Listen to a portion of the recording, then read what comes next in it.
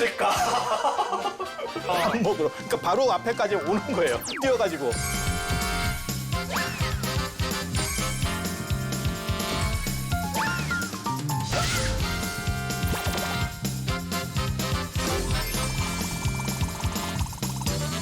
이런 좋은 프로그램 만드는 BTN 불교 TV는 정말 대단한 공헌을 하고 있는 거겠네요.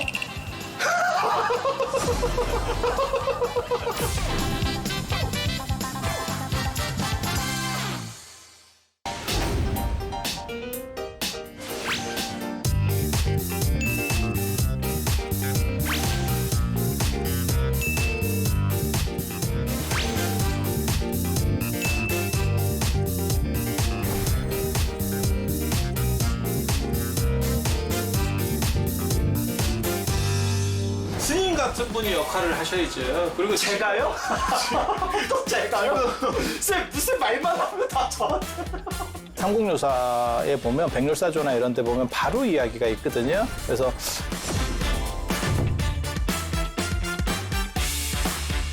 큰 곳을 다시 좀 다스려서 균형을 맞춘다. 그게 비버사찰의 핵심이지 않습니까?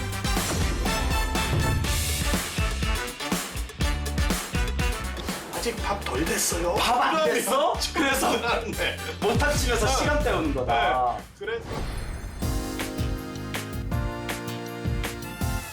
자, 잘 계셨습니까? 아, 예, 스님. 또 이렇게 스님 뵐 때마다 아, 오늘 자연스님 보는 날이지 하고 가슴이 두근거려요. 저도 어저께 밤잠을 설쳤어요. 저 부정맥 있거든요. 반점을 왜 설치셨어요? 커피 드셨어요? 광우 보고 싶어서? 나이 먹어서 나이 잘안 먹어서. 저도 얼마 안 남았어요. 쌤 오늘 또 새롭고 재미난 이야기 한번 펼쳐보도록 하겠습니다. 그러게 스님은 어디로 출가하셨어요? 저 합천 해인사, 예, 법보종찰 해인사에서 행자 생활을 했습니다, 스님. 해인사가 스님 계실 때만 하더라도 스님들도 되게 많고 행자도 많고 이럴 때 아니에요? 저희 행자실에 행자가 20명 있었죠. 아 그래요? 예. 스님은 어디서 출가하셨습니까? 저는 통도사. 통도사요. 예. 야, 불보종찰 통도사. 야, 밥 많이 먹기로 유명한 통도사. 아 그런 식으로 몰아붙이지 마. 저 통도사 좋아합니다. 선생님, 통도사 앞에는 문필봉이라는 봉우리가 있어서 네. 통도사에서는 그 문필봉 기운을 받아서 아주 훌륭한 학생들이 많이 나온다 했는데 스님께서 이렇게 박학하신 이유가 바로 통도사 문필봉의 기운을 받은 거군요. 그 기운이 좀 빠졌는갑더라고요. 빠진 게 이 정도입니까, 스님? 이렇게 가는데. 빠진 게 이 정도입니까? 오늘 또 이제 그 산사와 관련된 이야기 한번 또 진행해 볼 텐데요. 피디님, 오늘의 주제는 무엇입니까? 예, 스님. 절은 왜 산에 있을까요, 스님? 스님, 우리 한국 불교는 유독 산에 사찰이 집중되어 있는 것 같아요. 아니 우리 축원할 때도 무슨 사나 무슨 사 이렇게 아예 삼각사나 뭐 그리고 이렇게 되게 재밌는 게 계룡사나 이제 산도 없는 절도 산이라고 도시 쪽에 있어서 산이 보이지도 않아. 봉은사도 뭐 수도산이 어디 있대 이렇게. 선생님 그 말하니까 생각나는 게 대전에 포교당이 있었어요. 저 아시는 어른스님이 대전에 포교당이 있었는데 시내 한가운데잖아요. 예. 축원할 때 계룡사나 무슨 사 정정지 수월들아 이러시는 거예요. 그래서 선생님 계룡산 보이지도 않는데 왜 계룡사나에 했더니 대전이니까 다 계룡산 안으로 들어간다 이런 얘기를 하시더라고요. 대전이 계룡산 나발인갑네. 근데 스님 이 부분 우리가 한번 진지하게 고민해 봐야 돼요. 우리가 부처님 경전을 공부해 보면 2600여 년 전 우리 석가모니 부처님께서 그 빈비사랑 왕의 청을 받고 중림정사라는 최초의 사찰을 이제 짓게 되었을 때 부처님께서 마을에서 멀리 떨어지지도 말고 마을과 너무 가까이 하지도 말아라 라고 하셨는데 대부분 우리 한국에 있는 사찰들은 거의 다 산으로 집중된 듯한 느낌이 들어요. 오늘 이 부분에 대해서 스님께서 명쾌하게 정리해 주시리라 믿습니다. 믿습니다.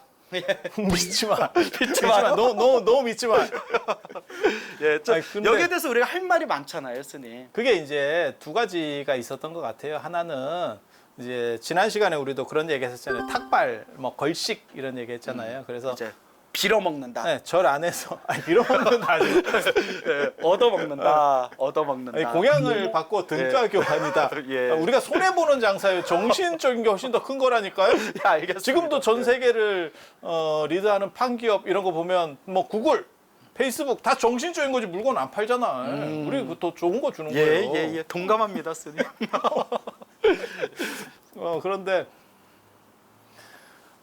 물건을 이제 쉽게 말해서 음식을 자급자족하지 않고 마을에서 조달해 먹는 그런 구조였었기 때문에 마을과 멀리 떨어질 수가 없었겠죠. 떨어지면 그거 어떻게 할 거예요?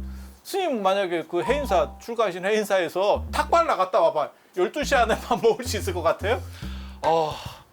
생각만 해도 벌써 위궤 향이 밀려. 그리고 이게 두 예. 종류 또 룰이 있거든요. 그 탁발 룰에서도 어떤 집단들은 탁발을 하자마자 그 자리에서 먹는 집단도 있었어요. 근데 불교는 금강경 스님 보시면 나오잖아요. 예. 돌아와서 드시죠. 차기지발, 예, 예. 입사위대성, 걸식, 어제 성중, 차제거리, 환지본처. 네, 환지본초잖아요. 네. 그래서 저 돌아와서 아는 것 좀 드시죠. 나왔어요, 선생님. 아는 것 좀 그래서 나왔네. 그 시간까지 계산을 해야 돼요. 예.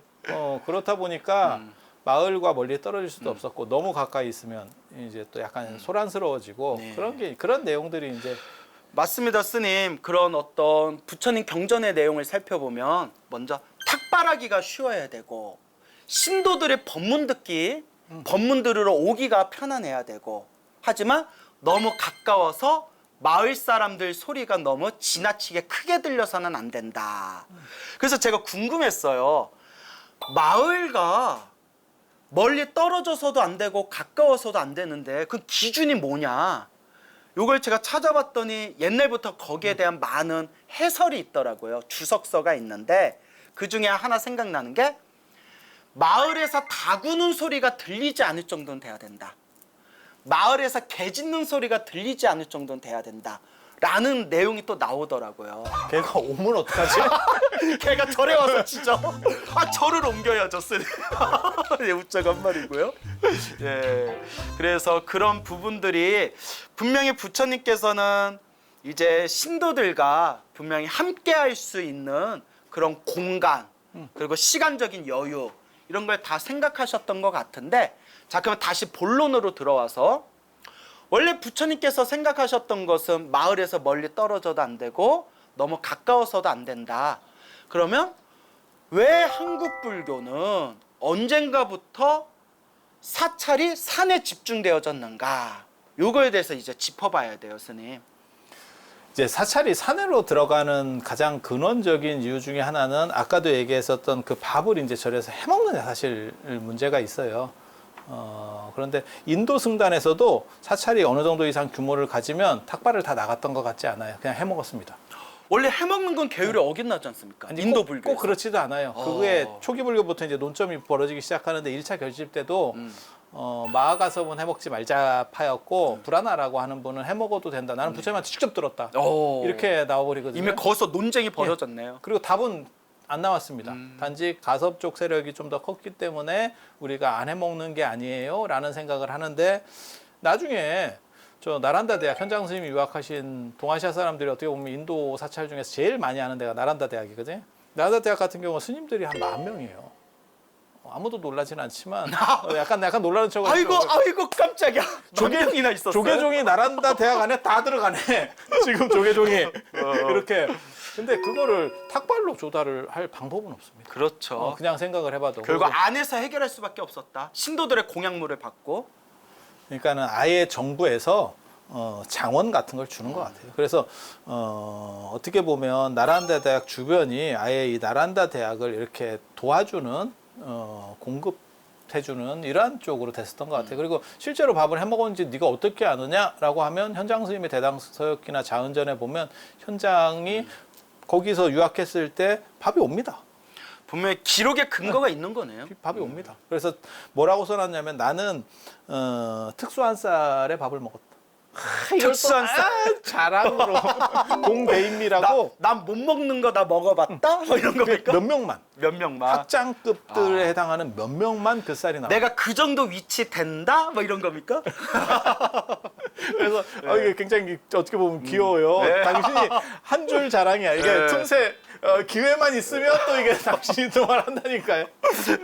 근데 스님 결국은 이제 한국 불교에서도 이제 그 한국의 사찰이 이제 산에 집중되는 이유가 공양과 관련된 부분도 짚어볼 수 있다는 거죠. 그렇지까 왜냐하면 만약에 공양 문제가 해결이 안 됐다면 산으로는 들어갈 수가 없죠. 그랬으면 또 저는 이런 얘기도 들었어요. 기본적으로 우리는 좀 중국 불교 문화를 받아들였지 않습니까? 네, 맞습니다. 그리고 중국 문화, 이 동북아시아 문화에서는 땅, 풍수, 명당, 에너지, 기운 막 이런 개념들이 아주 깊이 깔려 있지 않습니까? 그래서 물론 중국 불교도 포함해서 한국 불교의 대부분의 사찰이 또 산에 집중된 이유 중에 하나가 소위 명당을 싸그리 점거한 거다. 명당이란 명당을 그냥 스님들이 사찰이 다 움켜쥔 거다라는 그런 이야기도 들은 바가 있습니다. 우리 선배들이 국립공원 지정되기 전에 다 알박기를 해놔서 우리가 국립공원 안에서 이렇게 편하게 살 수 있는 그런 토대가 마련된 거예요. 지금은 거의 건축 행사도 안 되는 데다가 우리 다 졸짓고 그리고 국립공원에서 뭐라고 그러면 우리도 그래요. 스님, 갑자기 스님 월정사 지금 계시지 않습니까? 그래서 갑자기 생각난 건데 월정사 위에 올라가면 정멸보궁 있지 않습니까? 예. 박문수가 암행어사였을 때 그 유명한 얘기 아시죠? 내가 일도 안 하고 사지육신 멀쩡한데 농사도 안 짓는 저 스님들을 내가 모두 다 정리해버리리라. 내가 불교를 싹 밀어버리리라. 이런 악한 마음을 품고 있었는데 어느 날 오대산 정멸보궁에 올라가서 그 사리탑, 부처님의 사리가 모셔진 자리를 딱 보더니 부처님, 그러니까 스님들의 조상인 부처님의 묘자리를 이렇게 좋은 곳에 썼으니 스님들이 저렇게 농사 안 짓고 놀고 먹어도 잘 먹고 잘 사는 이유가 있겠구나. 열심히 수행하면서 아니 제 얘기 아니라 박문수 얘기가요. 예. 물론 우리 스님도 수행 열심히 하시죠. 예. 마무리는 훈훈하게.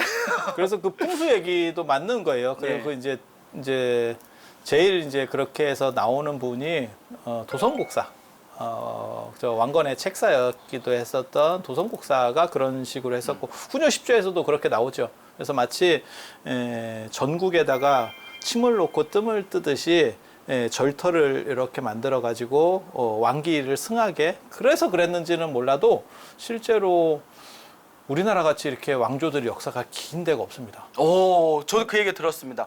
중국이 몇백 년 동안 여러 개의 왕조가 막 뒤바뀔 때에도 우리나라는 한 왕조가 오랫동안 유지되었지 않습니까? 그거 중국사 외우려면 머리 터집니다. 제가 그 터지는 걸 지금 의자절에서 해주고 싶지만 그러면 시청률이 떨어지기 때문에 생각 안 해주는데 예. 지방 정권까지 치면은 한 100개 정도는 외워야 돼요. 그 정도가 해야 이게 돌아가는 정도 상황이 되는데 지금 우리나라 같은 경우는 간단하죠. 삼국시대 통일시대 그다가 천년 뭐 이게 고려 삼국까지 다 하면 고려 조선 끝. 예. 이거 바보라도 외워요. 그래서 왕조가 이렇게 오래간 게 사실은 그 불교에서 그런 비보사찰, 예. 비보사탑의 문제도 존재하는 것 같더라. 비보사찰이라는 것은 풍수적으로 봤을 때 기운이 약한 곳에다가 사찰을 짓고 네. 기운이 강한 곳에도 사찰을 지어서 약한 곳을 크게 일으키고 큰 곳을 다시 좀 다스려서 균형을 맞춘다. 그게 비보사찰의 핵심이지 않습니까? 요즘식으로 말하면 뽀샵이죠. 뽀샵 딱 생각하시면 돼요. 이렇게 해서 스님 입에서 뽀샵이 나올 줄은 몰랐습니다만은 예, 충분히 적절한 예인 것 같습니다, 스님.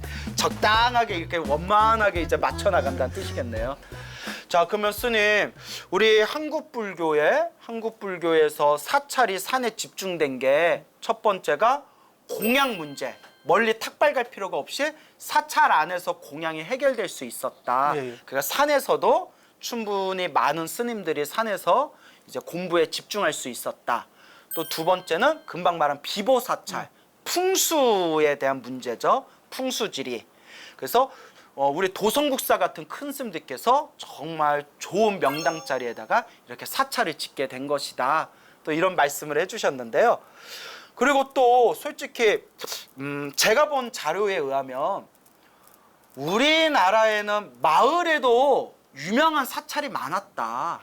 뭐 경주 등지로 해가지고 마을 안에도 굉장히 권위 있고 규모가 크고 유명한 사찰이 많았었는데 지금의 한국 사찰은 산에만 집중되어 있다라는 이 억울한 누명이 사실은 조선시대 숭유 억불의 영향이기도 하다라는 또 그런 맞습니다. 책의 내용을 본 적이 있습니다. 그러니까 제가 이제 흔히 예를 들 때 그렇게 얘기하거든요.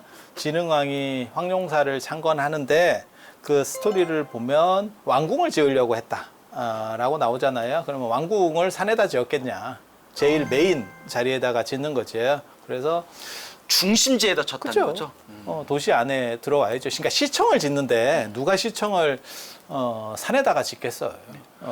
그래서 그 조선시대 때 우리 출가 스님들이 출가 수행자들의 도성 출입 금지를 당하지 않습니까? 그리고 한참의 세월이 흐르고 난 뒤에 구한 말인가요? 그것도 일본에 의해 가지고 스님들의 도성 출입 금지된 게 풀렸다면서요. 기공집내가. 예. 그 말은 도성 안에 있던 혹은 큰 고을이나 성 안에 있던 사찰들이 다 몰락하게 된 계기가 아닙니까? 맞습니다. 예. 그래서 제가 세종대왕 참 존경하고 한글을 너무 사랑하는데 조선하면 약간 억하심정이 들어요, 스님. 세종대왕이 초창기에는 불교 탄압을 했었는데 엄청 심하게 했어요. 나중에 세종의 어머니가 소원하고. 병에 걸렸을 때 부처님께 기도하고 나서 어머니 병이 나은 뒤로 그때부터 불심이 싹 터서 말년에는 불교에 굉장히 깊이 귀의하였다.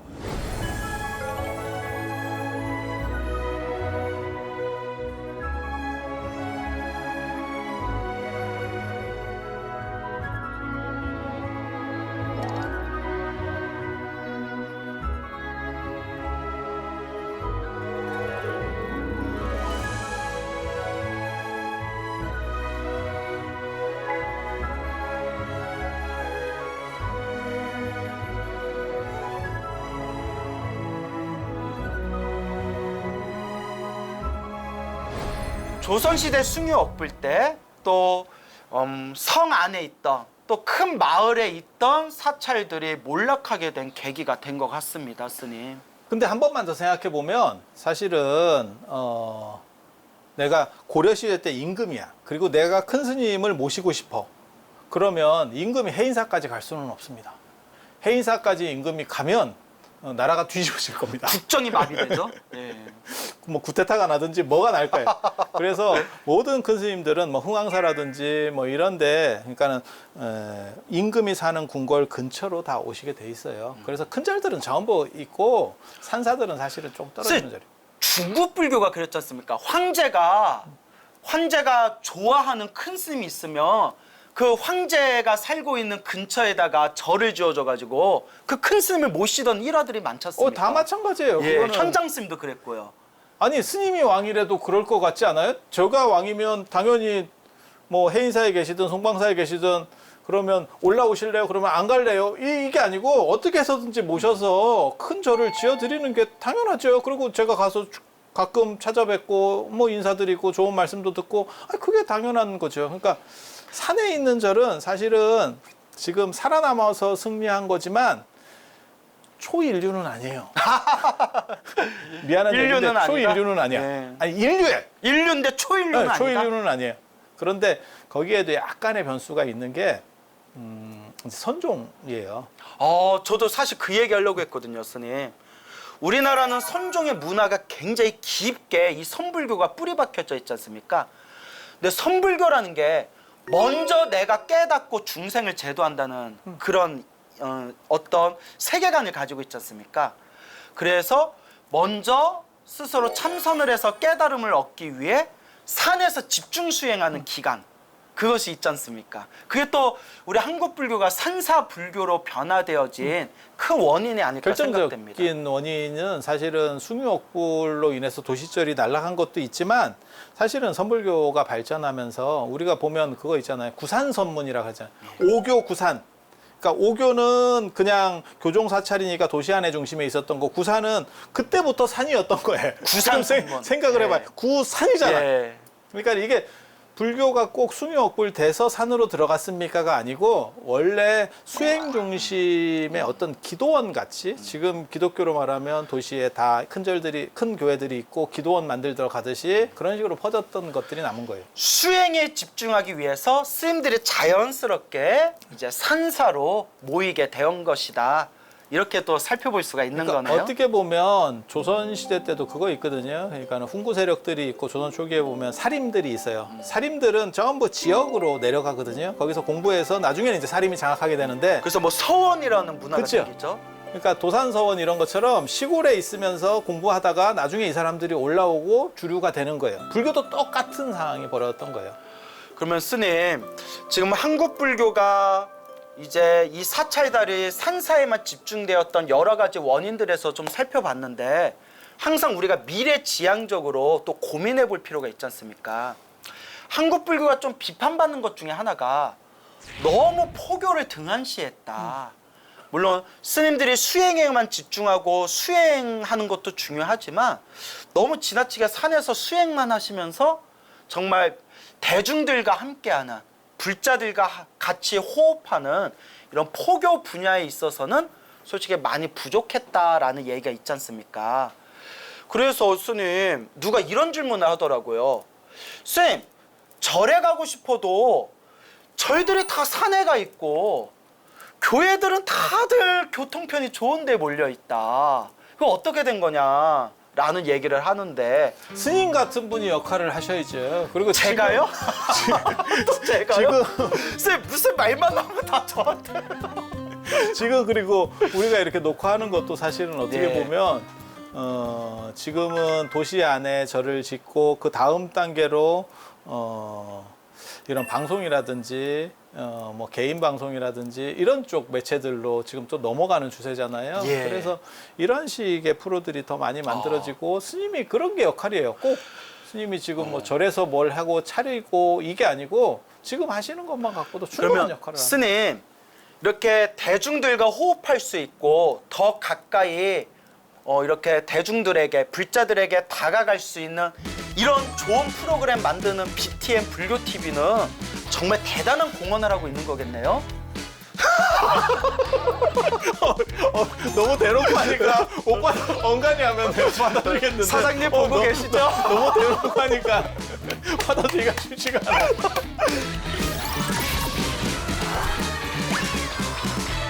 자, 그래서 스님, 우리 이제 산사에는 충분히 절들이 많고요. 사실 불교라는 게 우리 개인의 성불, 우리 각각 개개인의 깨달음도 중요하지만 많은 사람들에게 부처님의 소중한 말씀 전하는 것도 정말 맞습니다. 중요하지 않습니까? 그렇다면 이제 새로운 한국 불교의 사찰의 모습은 좀 도심으로 또 우리가 새롭게 좀 발걸음을 넓혀야 되지 않을까 생각이 됩니다, 스님. 지금 예전의 명당이 사실은 산 안에서 좋은 기운이 있는 데라면 지금은 도시 계획으로 명당이 나오는데요. 제가 그런 얘기 하거든요. 지금 아마 사찰림을 가진 절 중에는 월정사가 제일 땅이 많을 겁니다. 월정사가요? 보이는 스님, 데까지 월정사 다 사신다고 지금 월정사 밀어주고 있는 거 아닙니까? 아니에요. 보이는 데까지가 다 월정사 땅입니다. 대단하네요. 예, 대단합니다. 그래서 저 시골 분들에게 땅을 많이 뺏겼어요. 월정사가. 땅이 너무 많아가지고 예. 어디까지가 내 땅인지 정확하게 모르다가 그걸 모르니까 그냥 여기 내 땅이요 하고 가져가는 겁니까? 예. 그게 뭐 몇 년 이상 여기가 점유를 해버리면 그쪽으로 넘어가요. 땅이 많구나. 엄청나게 많은데 그렇게 많은 것보다 어. 도시에 있는 땅이 훨씬 낫죠. 네. 어떻게 보면 그래서 제가 그런 얘기 하거든요. 월정 땅을 크기로만 가정하면 사실은 월정사가 제일 크지만 오대산이 제일 크지만 그래봐야 그 땅 다 팔아야 봉문사 땅 얼마 못 살 걸. 위험합니다, 스님. 너무 위험합니다. 네. 그래서 도시계획이 명당인 것 같아요. 지금. 도시계. 네. 그래서 도시계획 속에서 얼마나 많은 역할을 할 수 있느냐. 그래서 역세권이 명당이다. 역세권. 비싸지 않습니까, 선생님? 원래 명당은 다 비싸요. 오지가 명당이다 이런 편견을 버려요. 아니, 또 역세권에는 그렇게 대형 교회가 많습니다.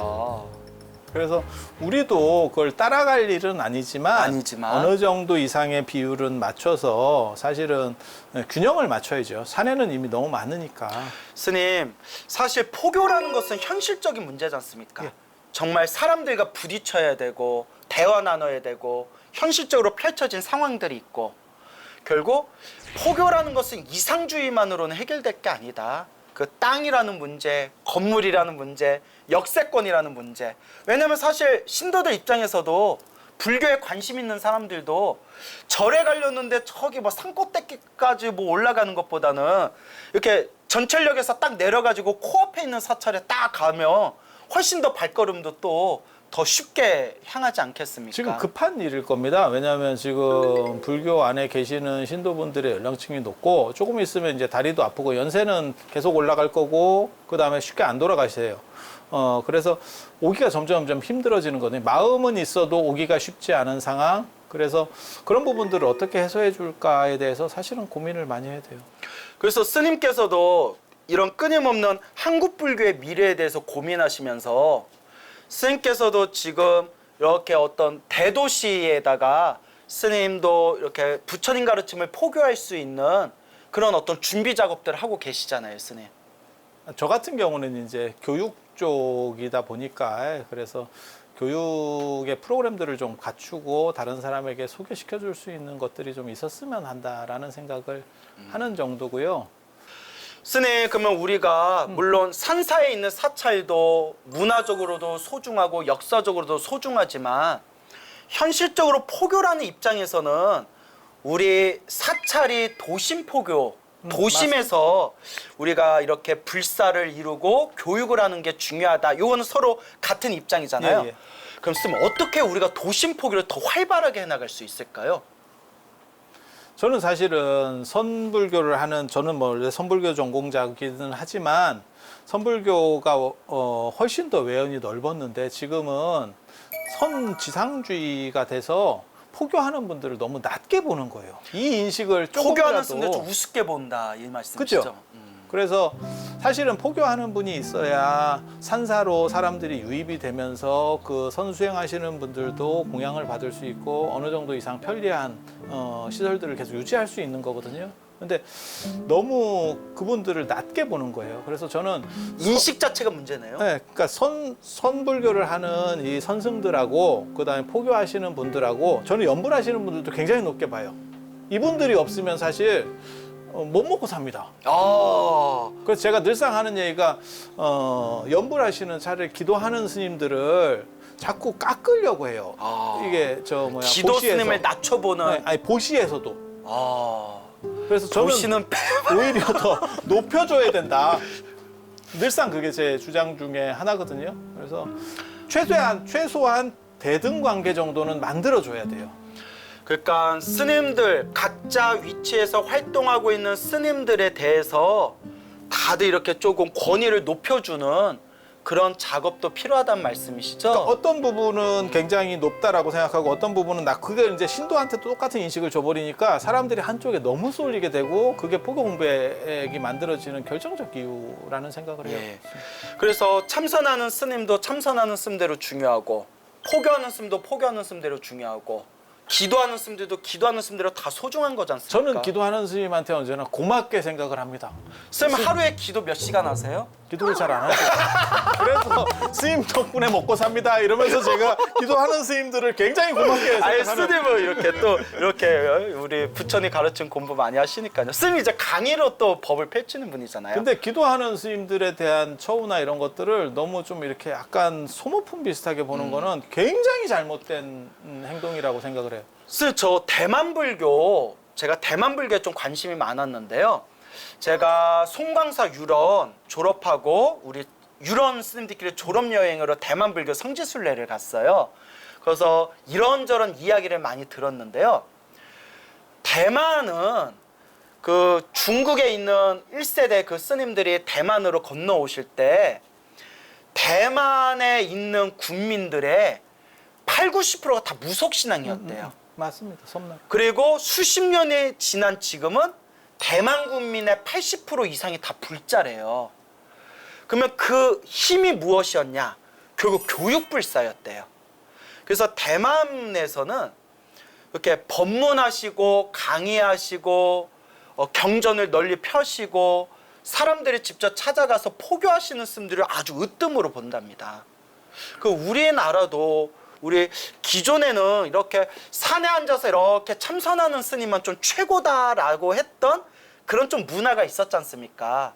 근데 도심포교 또 한국불교의 포교가 새롭게 부흥하려면 직접적으로 이렇게 포교하시는 스님들에 대해서 우리가 좀 지지해주고 권위를 높여주고 좀 응원해주는 그런 문화가 먼저 좀 자리 잡혀야 되지 않을까 생각이 듭니다.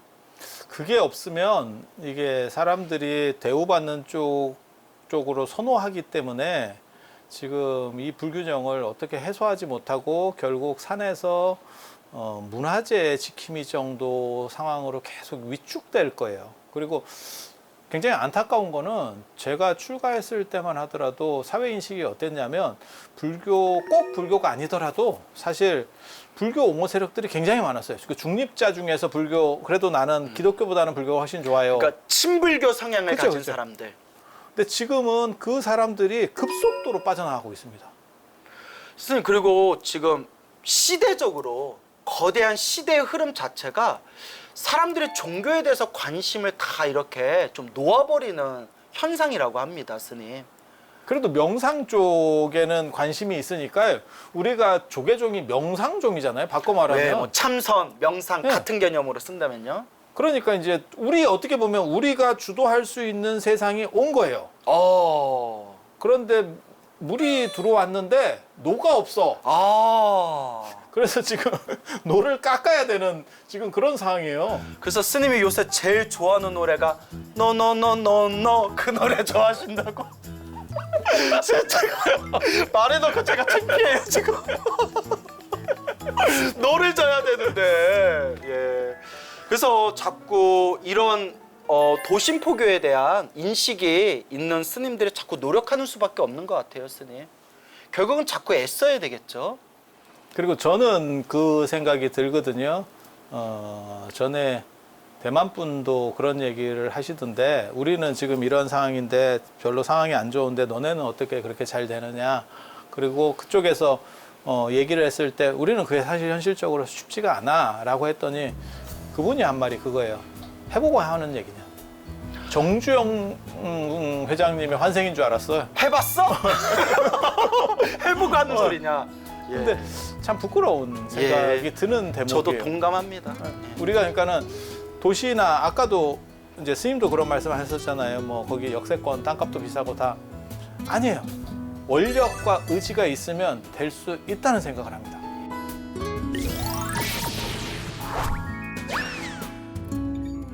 스님, 그 동국대에서 한국 현대 포교의 역사에 대해서 연구하신 교수님이 있었는데요.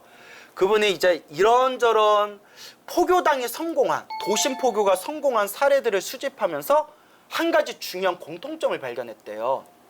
바로 불교대학이 활성화돼 있더래요. 불교대학. 근데 스님도 굉장히 교육불사에 관심이 많잖아요. 근데 불교대학이라는 게 사실 산에 있으면 우리 사람들이 찾아가서 공부하기가 힘들거든요. 지금 우리나라 현재 한국불교에서 굉장히 잘 운영되고 있는 불교대학 특징들이 다 도심 속에 있어요. 네. 예, 스님도 이런 부분에 대해서 관심이 많으실 것 같은데요. 아니 저만 관심이 있는 게 아니고 스님은 지금 그 불교대학 담당자잖아요. 책임자 아니에요? 책임자? 좀 피곤해요. 말을 너무 많이 해가지고요. 제가 강의를 몇 개를 하거든요. 예, 근데 정말 불교대학을 제가 불교대학 중심에 있으면서 느낀 게요. 놀라운 점이었으니 사람은 정의 동물이잖아요. 내가 다닌 불교대학, 이 불교대학을 졸업했다라는 그런 어떤 자신의 자부감이요. 그 사찰을 꾸준하게 다니는 원동력이 되더라고요. 그러니까 심지어 불교대학 졸업하신 분이 1년 동안 절에 안 나와도 부처님 오신 날에는 꼭 와서 등이라도 달더라고요. 내가 공부했던 곳이야 이러면서. 아니 한 학기나 1년을 사람들이 다니면 더 다니면 뭐 2년, 3년씩 다니시는 분들도 있는데 그 정도만 다닌다고 해도 요즘 사람들에게 그 시간은 짧은 시간은 절대 아닙니다. 아무리 오래 사는 시절이라도. 그래서 그렇게라도 딱 끼면, 그리고 저는 교육과 관련해서 아주 특수한 생각을 하나를 가지고 있는 게 공부가 필요 없다고 생각하는 사람이거든요. 그냥 습관화되면. 습관이 돼야 된다. 예. 결국 공부하는 습관이 돼야 된다는 뜻이네요. 아니 공부를 안 해도 그냥 예. 주기적으로 다니면 그거는 제가 어렸을 때 학교를 안 갔더니 저희 친형한테 들은 얘기예요. 가서 잘해. 집에서 자지 말고 학교 가서 잘해. 그러면 된대. 학교라도 가라. 네. 공부 못해도 되니까 학교라도 가라. 그래서 효과 보셨나요? 그게 근데 굉장히 재밌는 게 네. 우리가 사실은 한국말을 배울 때도 똑같이 그렇게 했어요. 그냥 엄마 등 뒤에서 2년 동안 그냥 들었을 뿐. 자빠져 자다가 한마디 터지면 한국말을 배우는 거지 뭐 단어를 외우고 뭐 하고 아무것도 없어요. 그래서 얼마나 자주 가면서 습관을 들였느냐가 가장 무서운 거라는 생각을 해요. 결국 습관을 이기는 건 없군요. 그래서 교육에서의 핵심은 뭘 외워야 되고 뭘 알아야 되고 아니 그런 게 필요가 없다고 생각해요. 그냥 자기가 그 공간 안에 들어갔을 때 즐거우면 그러면 경기가 끝난다는 게 어떻게 보면 제 교육 모토거든요. 중요한 건 일단 습관이라도 들이게 하려면 어떻게든 절에 오게 만들어야 되겠네요. 꼬드겨야지. 꼬드긴다. 저렴한 표현. 간만에 전문 용어가 나오셨네요. 꼬드긴다. 어떻게 해서든지 오게 하고 예. 그다음에 그걸 지속시켜 가면 스님 말씀대로 그렇게 하면 당신과 인연 됐었던 부분들에 대해서 좀 더 다른 생각들을 할 수밖에 없죠. 그러니까 스님 오늘 스님과 함께 나눈 이야기들이 왜 한국의 사찰은 산에만 집중되어 있는가라는 부분 살펴보면서 뭐 여러 가지 이유가 있었다. 뭐 공양이라는 문제에 있어서 산에서도 해결할 만큼 되었고, 그다음에 굳이 탁발하지 않아도 산에서 이제 의식주가 다 해결이 되고, 또 두 번째는 이제 또 풍수지리, 명당이라는 개념 그런 부분도 있었고 비보 사찰이라고 하죠. 그다음에 또 세 번째는 선불교의 영향, 산에 들어가서 오로지 수행에만 집중한다는 선불교의 영향도 있었고, 또 우리 한국 불교의 어두운 부분이지만 조선시대 때 숭유업불로 인해서 그렇게 큰 도시에 있던 사찰들이 또 무너지는 계기도 되었다. 이런 걸 짚어보면서 지금 저와 스님이 서로 딱 마음이 축자갑작 딱 이루어진 거는 이제 도심포교가 이루어져야 된다. 사찰이여 산에서만 머물지 말고 도시에서 다시 새롭게 일어나야 된다. 그러기 위해서는 꼬드겨야 된다. 맞습니까, 스님? 제가 정리 잘했나요? 아니 그리고 이제 첨언하면 BTN 같은 이런 방송국에서 프로를 만들어주면 사실은 어디서든지 지금은 접할 수 있는. 스님, 아까 제가 그 비슷한 얘기했을 때 저 되게 한심하다는 듯이 쳐다보시더라고요. 저도 사장님한테 잘 보이고 싶어요. 그래서 스님 이제 마무리를 해야 할 시간이지만 이거는 꼭 이 이야기는 하고 싶어요. 왜냐면 스님하고 저하고 가장 중요하게 생각하는 부분인데, 도심포교 속에서 우리가 새롭게 또 주력해야 될 분야가 바로 미디어 포교, 영상 포교지 않습니까? 내가 아닌가 하지 말라더니 바로 BTN 사랑합니다. 영상 포교 중요하지 않습니까? 그래서 스님 인터넷 동영상으로 수많은 강의 올리고 계시잖아요.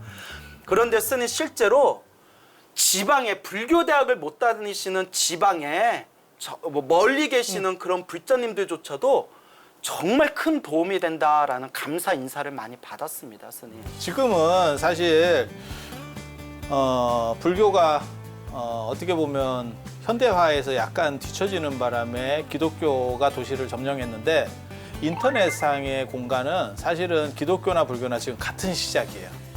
그래서 그쪽 영토를 얼마만큼 많이 차지할 수 있느냐는 완전히 또 다른 논리적 층위가 다른 문제예요. 그래서 이 부분에서 성공하면 사실은 완전히 뒤집어질 수 있다라고 저는 생각을 하거든요. 그리고 이게 나중에 메타버스까지 동시에 연결되는 코스예요. 그래서 이 부분에 대해서 생각들을 하고 어른들께서 많이 판단들을 해주셔야 되고, 그 다음에 스님이나 안 그러면 이런 BTM 같은 데서도 계속 노력을 해야 되지 않을까라는 생각을 해봅니다.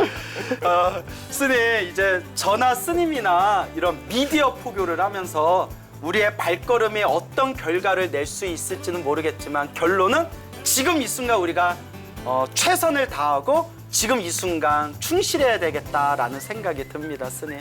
예, 스님 같은 분 몇 분만 더 있으면 좋겠어요. 스님도 저한테 덕담해 주셔야죠. 나도 광우 같은 애 몇 명만 더 있으면 좋겠다 해주셔야죠. 스님은 삼국지의 관우예요. 관 왜요? 일당백이죠. 스님 오늘 너무나 재미난 말씀 감사드리고요. 또 다음 시간에 다시 뵙겠습니다, 스님.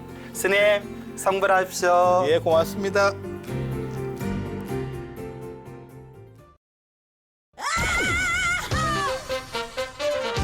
왜 반찬은 없을까? 밥 먹으러. 그러니까 바로 앞에까지 오는 거예요. 뛰어가지고.